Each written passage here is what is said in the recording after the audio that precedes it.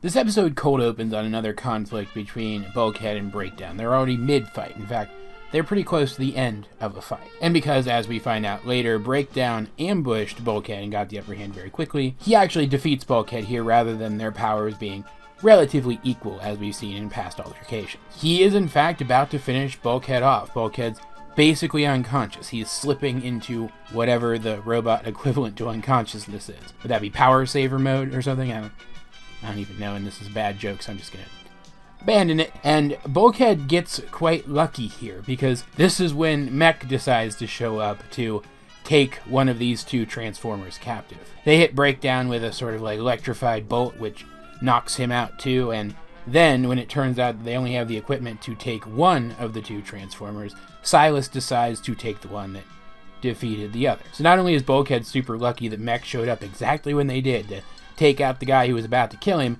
he's also lucky that he lost, which is a really odd thing to say. It's a very odd sequence of events that works out pretty well. It doesn't feel too contrived. The only thing that I don't entirely buy is that Silas didn't know going into this that they only had the equipment to transport one Transformer. I don't see him as someone who wouldn't be up on the exact capabilities of whichever entourage he's flying with.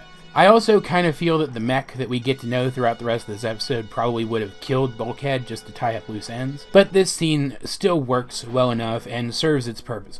Bulkhead gets out of this situation entirely by luck, and that does play a part later in the narrative of the episode. Once the other Autobots recover Bulkhead, he remembers just enough of the situation that, with the help of Agent Fowler, who shows up soon after and informs them that M.E.C.H is active again, they're able to work out what happened and that M.E.C.H took Breakdown.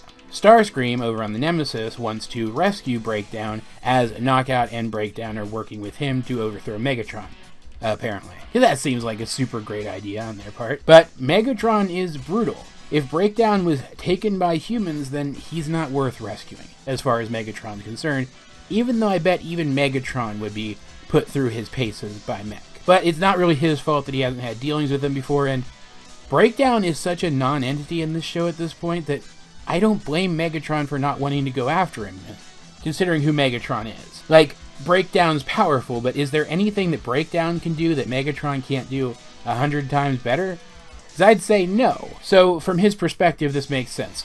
Not wasting resources to save this guy, it makes sense. And hey, it indirectly screws over Starscream, so I'm all for it. And it sets a nice contrast when Optimus insists that they have to rescue him. Not just because it's the right thing to do, and not just because it might inspire Breakdown to come around to their side or to at least abandon the Decepticon cause at some point in the future, but because they can't let M.E.C.H have their technology. This is why establishing M.E.C.H in that previous episode was so important. You couldn't just bring him into the story here. We go into the story knowing what their goals are. We go into the story knowing that they want the technology of the Cybertronian living machine to add to their arsenal. And so when all the characters in this episode start talking about that offhand as if it's a given, it is.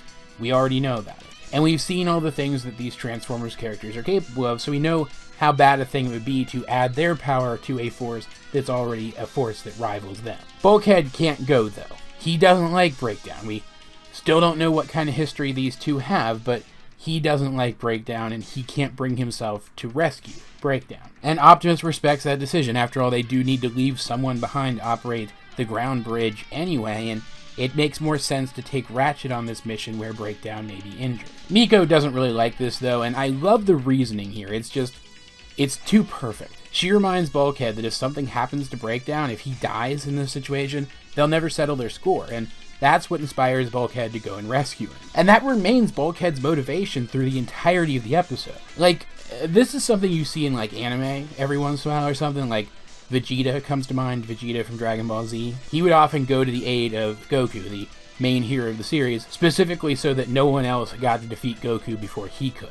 But that's not really a thing that you see in Western animation, especially not Western animation that's meant at all for kids. And if you do, usually the motivation gets corrected by the end to become something more pure. It's such a nice change of pace seeing this trope played straight in a Western cartoon. So Bulkhead goes on his own mission to rescue Breakdown, while Optimus and his band of Autobots have some indirect dealings with Silas and M.E.C.H. There's an excellent scene where Optimus and the other Autobots with him talk to Silas over a comm that Silas has managed to reverse engineer from one of Breakdown's eyes, and left for whoever ended up coming to rescue him as bait in a trap. This shows that not only does Silas have a working knowledge of Cybertronian technology from, I guess, the research he's already done into it, enough so that he's able to make this modification very quickly, but it also shows how callous he is, and how ruthless he is, and how willing he is to abandon the technology he's already collected if it means defeating his enemies. It paints him as being brutal and ruthless, as does the background of the footage of him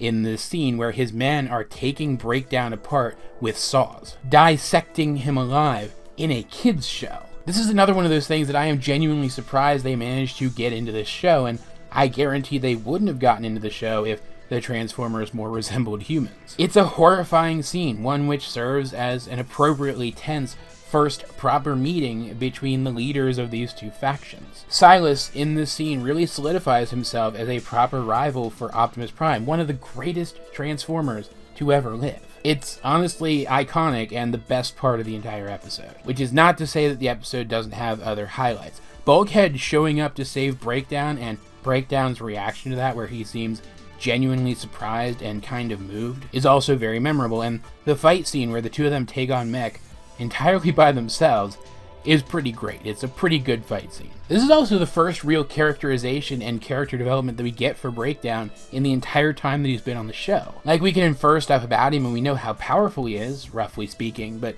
we didn't really get to know him at this point, and I think that's on purpose. I think that was another measure to ensure that this episode got made the way that the crew on the show wanted it to be made. Because we don't really have any sort of emotional connection to Breakdown yet, seeing him being taken apart in the background of that shot and the threat of him being dissected alive by M.E.C.H, they don't hit as hard as they could. Because even at this point, if he were the kind of character who we like to see acting as a villain in the show, we'd still be really upset to see him hurt like this. Making this the start of his character arc, keeping us detached from his character up to this point, it just ends up working a lot better, I think. It is pretty genuinely sad, though, what ends up happening. During this fight, at one point, Breakdown actually saves Bulkhead, which he didn't need to do. The fact that he was able to save Bulkhead enough from the attack that was going to hit him shows that he is agile enough to avoid such weapons when M.E.C.H tries to use them against him. And he and Bulkhead had already been shown to be able to tank pretty much anything that M.E.C.H can throw at them other than that. Theoretically, he could have won this fight without Bulkhead's help, but he saved Bulkhead anyway, and it probably has something to do with the fact that they do have history, whatever that history is. We still don't know by the end of this episode. Compounded by the fact that Bulkhead came to save him. Maybe he is coming around. It might not have been today, but maybe at some point down the line, he would have changed sides the same way that I've mentioned in other episodes. Spoiler warning that Knockout eventually changes sides. Maybe the two of them would have come over to the Autobot side together at some point. But if that was gonna get started here, it never ends up happening because Starscream shows up with a bunch of jet vehicons to rescue him, convincing him not to talk to Megatron about it because he doesn't want Megatron to think he's so weak that he had to be rescued. And of course, Starscream expects Breakdown to stand with them and attack Bulkhead while they have this chance to do so, and he does it. The other Autobots get there in time to drive the Decepticons off, but he still does it. To save himself, to re-ingratiate himself with his allies, he attacks Bulkhead. If Starscream hadn't shown up there, maybe Breakdown would have come more around before he was put in that place again and it wouldn't have happened. Who knows? It really is kind of tragic, though. At the end of the day, this was a super bleak episode. They snuck a little bit of humor in there, but it almost felt inappropriate in this episode. Aside from a couple of scenes, like the one between Bulkhead and Miko, for example, when she convinces him to go after Breakdown. Everything in this episode is geared towards making this really tense, really suspenseful experience. Everything from the score to the lighting is geared perfectly towards making this super tense for the audience. It almost feels more like action horror than anything else. And honestly, I feel that this episode couldn't have been made any other way. The episode manages to simultaneously feel like a culmination of past plot elements and also the jumping off point for future plot lines. M.E.C.H seems more threatening now than ever, especially considering that they did get enough information from Breakdown to move forward with whatever their plan is. But the episode also didn't answer a lot of the questions we've had about this character. We never learn what his past with Bulkhead was. It's barely even hinted at more than it has been in past episodes. In fact, they act around each other about the way you'd expect based on what we already know. We don't really learn anything else about their relationship here. We do get to know Breakdown a bit. He gets more than 2 lines of dialogue here. But in terms of that aspect of the show's lore, that's all we get here. And I just feel like there was the opportunity here to give us more. But that's really the only weak element in an otherwise really